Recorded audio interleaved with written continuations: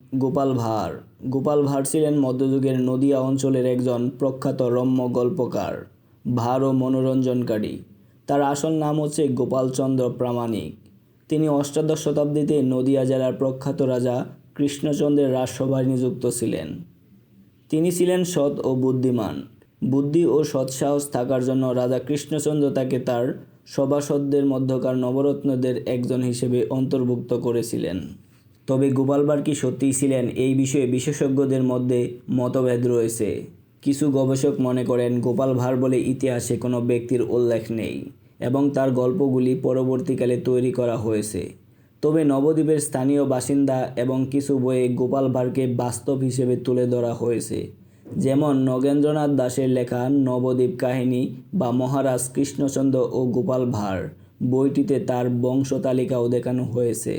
কাল্পনিক চরিত্র হিসেবে অনেক ইতিহাসবিদ এবং বিশেষজ্ঞ মনে করেন যে গোপাল ভাঁড় কেবল একটি কাল্পনিক চরিত্র এবং তার গল্পগুলি লোকমুখে প্রচলিত হয়েছে। তবে কিছু বাস্তব চরিত্র রয়েছে। কিছু স্থানীয় বাসিন্দারা এবং বইয়ের লেখকের মতে গোপাল ভাঁড় ছিলেন রাজা কৃষ্ণচন্দ্রের রাজসভার একজন বাস্তব ব্যক্তি, যিনি তার বুদ্ধিমত্তা ও হাস্যরসের জন্য পরিচিত ছিলেন। তবে বিতর্ক হচ্ছে গোপাল ভাঁড়ের অস্তিত্ব নিয়ে। অনেক ঐতিহাসিক সূত্র তার অস্তিত্বের পক্ষে এবং অনেক ঐতিহাসিক তার অস্তিত্বের বিপক্ষে রয়েছেন। পক্ষে বা বিপক্ষে যাই হোক না কেন, গোপাল ভাঁড় সম্পর্কে কোনো প্রমাণ নেই।